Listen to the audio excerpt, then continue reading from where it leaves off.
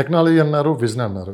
Technology విషయం కావచ్చు, vision విషయంలో కావచ్చు, చంద్రబాబు నాయుడుకి మనం పెద్దగా ఇంకా దీని గురించి చర్చించుకోవాల్సిన పని లేదు. ఎందుకంటే ఆ రోజు హైటెక్ సిటీ ఏ విధంగా తీసుకొని వచ్చి అక్కడ డెవలప్ అయింది, ఆ తర్వాత ఆ ప్రాంతం మొత్తం ఎలా డెవలప్ అయింది తీసుకుంది. రేపు అమరావతి విషయం కూడా ఒక మాస్టర్ ప్లాన్ ఆయన దగ్గర ఉంది. సో అదే మాస్టర్ ప్లాన్ కొనసాగిస్తున్నారు. సో ఎక్కువ టైం పడదు. విజన్ 2047 అని పెట్టారు కదండి ఆయన. అది ఆయన ఇప్పుడు ఒకప్పుడు విజన్ 2020 అన్నప్పుడు 2000లో పెట్టినప్పుడు అందరు నవ్వారు. ఓ అబ్బో 20 ఏళ్ల గురించి ఇప్పుడే మాట్లాడుతున్నాడు ఈయన అని. 20 ఏళ్ళు ఎంతలోపు తిరిగి వచ్చేసినాయి అండి, టక్కని తిరిగి వచ్చేసినాయి. ఇప్పుడు విజన్ 2047 అంటున్నారు. ఇది కూడా అంతే. మనం ఉండకపోవచ్చు, మన పిల్లలు అయితే ఉంటారు కదా, ఫ్యూచర్ అయితే ఉంటుంది కదా. ఇప్పుడు మనతోనే ఈ భూమి అంతం కావట్లేదు కదండి. మన పిల్లలు, మన మనవాళ్ళు, మనవరాళ్ళు ఎవరో ఒకళ్ళు ఉంటారు కదా. అందుకోసం చూస్తే ఇలా ఏ రకంగా చూసినా కానీ మన అమరావతి డెవలప్మెంట్ మట్టుకు ఇప్పుడు ఆయన చేతిలో ఉంది. కాబట్టి ఇప్పుడు పోయినసారి ఏమైంది మరి, ఇంత పెద్ద మనిషి అప్పుడు 5 ఏళ్లలో ఎందుకు కట్టలేదు అని కూడా చాలామంది మాట్లాడుతున్నారు. తాత్కాలిక భవనాలు అన్నాడు అని చెప్పి మాట్లాడారు. అయితే ఆ రోజు ఏంటి, ఇప్పుడు మనం ఒక రొట్టె చేసుకోవాలి. రొట్టె చేసుకోవాలంటే ఏం కావాలి, గోధుమ పిండి కావాలి. గోధుమ పిండి ఎక్కడి నుంచి వస్తుంది, ఒక రైతు పండించాలి. ఒక సంవత్సరం పట్టుద్దా పంట రావటానికి. మళ్ళీ ఆ గోధుమను మనం తెచ్చుకోవాలా, పిండి పట్టించాలా, చేసుకోవాలా, తినాలా. చంద్రబాబు నాయుడు చేసింది అది. పొలం సేకరించాడా, ఆ వచ్చిన పొలం మొత్తానికి ఎట్లా చేయాలి, ఏది ఎక్కడ ఉండాలి అనేది ప్లానింగ్ చేశాడా. మరి ఎన్ని చేయడానికి 3 ఏళ్ళు పట్టింది.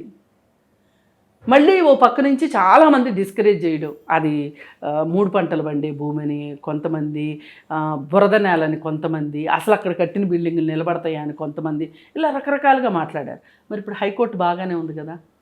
అలాగే ఇంకా కొన్ని బిల్డింగులు 13 ఫ్లోర్స్ 14 ఫ్లోర్స్ కట్టిన బిల్డింగ్ అవి అలాగే ఉన్నాయి కదా. ఈ రోజుకి ఏం చెక్కు చెదరలేదు కదా. అయితే మనకి కన్స్ట్రక్షన్ కాస్ట్ ఎక్కువ పడుతుంది ఆంధ్రాలో. ఇప్పుడు తెలంగాణలో చూసుకుంటే అంత కన్స్ట్రక్షన్ కాస్ట్ ఉండదు. కన్స్ట్రక్షన్ కాస్ట్ ఎక్కువ పడుతుంది, కొంచెం టైం ఎక్కువ తీసుకుంటుంది. కానీ జరిగింది కదా. మరి ఇవన్నీ అవుతాయి అనుకునే టైంలో ప్రభుత్వం మారింది. ఈ ప్రభుత్వాన్ని మార్చుకుంది ప్రజలు. అక్కడ రైతులు కూడా చేసుకున్నారు ఆ పాపం.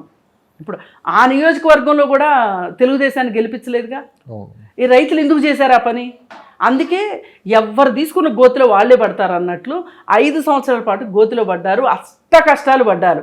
ఆ రాష్ట్రం మొత్తంలో ఎవరో అనుభవించినంత కష్టమో వాళ్ళే పడ్డారు, ఎవరో చేయనంత పోరాటం కూడా వాళ్ళే చేశారు. ఎందుకంటే వీళ్ళే అసలు ధైర్యాన్ని ఇచ్చింది రాష్ట్రం మొత్తానికి, రాష్ట్రంలో ప్రజలందరికీ. ఆ ధైర్యంతో ప్రభుత్వం మార్చుకోగలిగారు వాళ్ళు. ఎస్పెషల్లీ మహిళలను అసలు అక్కడ అంతకు ముందంతా వీళ్ళకి ఏం తెలుసు అనుకునే మహిళలంతా కూడా నోరులు తెలిసి ఒక్కొక్కళ్ళు మాట్లాడుతూ ఉంటే, కొంతమంది అయితే అండి కొత్తగా వచ్చిన ఎమ్మెల్యే కూడా అట్లా మాట్లాడలేదు. నేను దగ్గర నుంచి చూశారు. అది ఎక్కడి నుంచి వచ్చింది, వాళ్ళ ఆవేశం నుంచి వచ్చింది, వాళ్ళ మనసులో నుంచి వచ్చినాయి ఆ మాటలు, వాళ్ళ కష్టంలో నుంచి వచ్చినాయి. మరి ప్రతిరోజు ఆఫీస్కి వెళ్ళినట్లు వాళ్ళు ఇళ్లలో పనులు చేసుకోవడం, గబగబా వచ్చి ఆ టెంట్లో కూర్చోవడం, మళ్ళీ సాయంకాలం ఇంటికి వెళ్ళటం, పనులు చూసుకోవడం, మళ్ళీ పొద్దున్నే వచ్చి ఒక రోజు 2 రోజులు కాదు. మరి అసలు వాళ్ళు న్యాయస్థానం నుంచి దేవస్థానం అని నడిచిన ముందు చూశారు కదా. అది మామూలు విషయం కాదు. ఎప్పుడు విన్నాం మనం ఇట్లాంటివన్నీ? దండి మార్చు, మన స్వాతంత్ర పోరాట కాలంలో విన్నాం ఇవన్నీ, ఇట్లాంటివన్నీ. మనకు స్వాతంత్రం వచ్చాక ఎప్పుడు ఇట్లాంటి పోరాటాలు జరగలే ఏ విషయానికి కూడా. వీళ్ళు మార్గదర్శకంగా నిలబడ్డారు. మరి వాళ్ళ కష్టానికి కానీ దేనికన్నా కానీ ఇవాళ అమరావతిలో వచ్చే ప్లాన్డ్ డెవలప్మెంట్, నేను అది మళ్ళీ నొక్కి చెప్తున్నా, ప్లాన్డ్ డెవలప్మెంట్కి అన్ప్లాన్డ్ డెవలప్మెంట్కి 40% రేట్ డిఫరెన్స్ ఉంటుంది. ఇప్పుడు ఒక పంచాయతీ లేఅవుట్కి, ఒక హెచ్ఎండిఏ లేఅవుట్కి, హుడా లేఅవుట్కి ఎంత తేడా ఉంటుందో అలా తేడా ఉంటుంది. ఇప్పుడు అక్కడ జరగబోయేది అదే. మంచి డెవలప్మెంట్ వస్తుంది. ఎవరైనా సరే డబ్బులున్న వాళ్ళు ఇన్వెస్ట్మెంట్ లాగా చూసి కొనుక్కోండి. అక్కడ కొనుక్కుంటే, కాకపోతే కొంచెం వెయిట్ చేయాలి. వెయిట్ చేస్తే కనుక బాగుంటుంది. అలాగే ఇప్పుడు మీరు చుట్టుపక్కల ప్రాంతాల గురించి అడిగారు, మీరు ఎక్కడన్నా కొనుక్కోండి. అమరావతిలో రేట్లు ఏంటంటే కొంచెం ఎక్కువ రేట్లు ఉన్నాయని చెప్పి కొంతమంది అంటున్నమాట. బట్ నేను అనేది ఏంటంటే, ఒకవేళ నిజంగా రేట్లు ఎక్కువగానే ఉంటాయి, చుట్టుపక్కల కొంచెం తక్కువలో వస్తాయి, ఒక 30-40 కిలోమీటర్లో అగ్రికల్చర్ ల్యాండ్స్ ఉన్నాయి, ఫామ్ హౌస్ లాంటివి కట్టుకోవచ్చు, మోడర్న్ అగ్రికల్చర్ కూడా చేసుకోవచ్చు అక్కడ. అలా చాలా మంది ఆలోచించేవాళ్ళు. సో మరోపక్క ఎన్ఆర్ఐలు కూడా అమరావతి వైపు చూస్తున్నారని చెప్పి కూడా వినిపిస్తున్నమాట. ఏంటి ఇదంతా? అవును, ఇప్పుడు ఈ సంవత్సరం అయిపోతే కనుక, ఈ సంవత్సరం అమెరికాలో ఎలక్షన్స్ జరుగుతున్నాయి. ఇది ఎలక్షన్ ఇయర్. ఇప్పుడు మనకు కూడా ఏంటి, లాస్ట్ ఇయర్ జూన్ జూలై నుంచి మనం ఒక ఎలక్షన్ ఫేవర్లోకి వెళ్ళిపోయాం ఇక్కడ తెలంగాణలో. అది అయిపోయింది అమ్మాయ అనుకునేలోపు ఇప్పుడు ఆంధ్రాలో ఎలక్షన్స్, ఆంధ్రాలో కూడా ఎలక్షన్స్ అయిపోయినాయి. ఈ రెండు అయిపోయిన తర్వాత, అంటే పార్లమెంట్ ఎలక్షన్స్ ఇవన్నీ అయిపోయిన తర్వాత ఇప్పుడు అమెరికా ఎలక్షన్స్. ఈ 2024 ఎండింగ్కి అక్కడ కూడా అయిపోతుంది. 2025 నుంచి మార్కెట్ అక్కడ కూడా బాగా వాళ్ళకి డబ్బులు ఫ్లో పెరుగుతుంది. ఇదివరకు ఏంటి అంటే అమరావతి ఇలా జరిగేసరికి ఒకప్పుడు హైదరాబాద్ ఇంత డెవలప్ అవ్వడానికి కూడా ఎన్ఆర్ఐ మనీనే. ఇప్పుడు ఇదే మనీని సొంత రాష్ట్రం అనే ఉద్దేశంతో అమరావతిలో పెట్టడానికి సిద్ధంగా ఉన్నారు చాలామంది. నేను ఒక ఆఫీస్ ఎగ్జాంపుల్ చెప్పా కదా మీకు, అట్లా చాలా నేను చెప్పింది నాకు తెలిసింది ఒక ఆఫీసే, తెలియని ఆఫీసులు చాలా ఉండుంటాయి. అలా పెడతారు ఈసారి. కాకపోతే ఈసారి ఏం చేస్తారు అంటే ఇంకా ఎంతవరకు డెవలప్మెంట్ అవుతుంది చూసి పెడతారు. ఇప్పుడు ఈయన సగమైన బిల్డింగులు ఉన్నాయి కదా, అవన్నీ కంప్లీట్ అయిపోయి ఇప్పుడు ఎస్ఆర్ఎం యూనివర్సిటీ ఇట్లాంటివన్నీ కొన్ని యూనివర్సిటీలు వచ్చినాయి మన దగ్గరికి. ఆ వచ్చినాయన్నీ కూడా ఎంతవరకు జరుగుతున్నాయి అనేది చూసి కొంతమంది ఏంటంటే చాలా తెలివిగా ఉంటారు.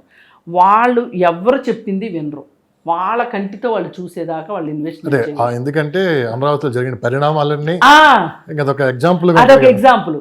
ఆచితూచి ఇన్వెస్ట్మెంట్ పెడతారు. కానీ ఆ ఆచితూచి ఇన్వెస్ట్మెంట్ పెట్టడానికి కొంత టెస్టింగ్ టైం ఉంటుంది. ఇప్పుడు కొంతమంది ఎలా ఉంటారంటే, మాకు బ్యాంక్ వడ్డీ మీద కాస్త వస్తే చాలు, అంత మాత్రం పెరిగితే చాలు, కానీ సేఫ్ ఉండాలి, సేఫ్టీ ఉండాలి, సెక్యూర్గా ఉండాలి అనుకుంటారు. అలాంటి వాళ్ళు ఏంటంటే కొంచెం మార్కెట్ని స్టడీ చేసి చేస్తారు. కొంతమంది ఏం చేస్తారంటే వాళ్ళకి భూమి కొనడం ఒక పిచ్చిలా ఉంటుంది, భూమి మీద విపరీతమైన వ్యామోహం ఉంటుంది. డబ్బులు ఉన్నాయి అంటే భూమి కొనేసేస్తారు. అలాంటి వాళ్ళు కొనేసేస్తారు. అలాంటి వాళ్ళకి కొంచెం ఎక్కువ వెయిట్ చేయాల్సి వస్తుంది, కానీ ఎక్కువ లాభం వస్తుంది. కొంచెం పెరిగిన తర్వాత చూసి కొనుక్కునే వాళ్ళకి వాళ్ళు ఇంకొంతకాలం వెయిట్ చేయాల్సి ఉంటుంది.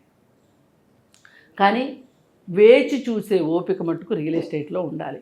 కొనడానికి ఎంత ఓపిక ఉండాలో అమ్మడానికి అంతకంటే ఎక్కువ ఓపిక ఉండాలి.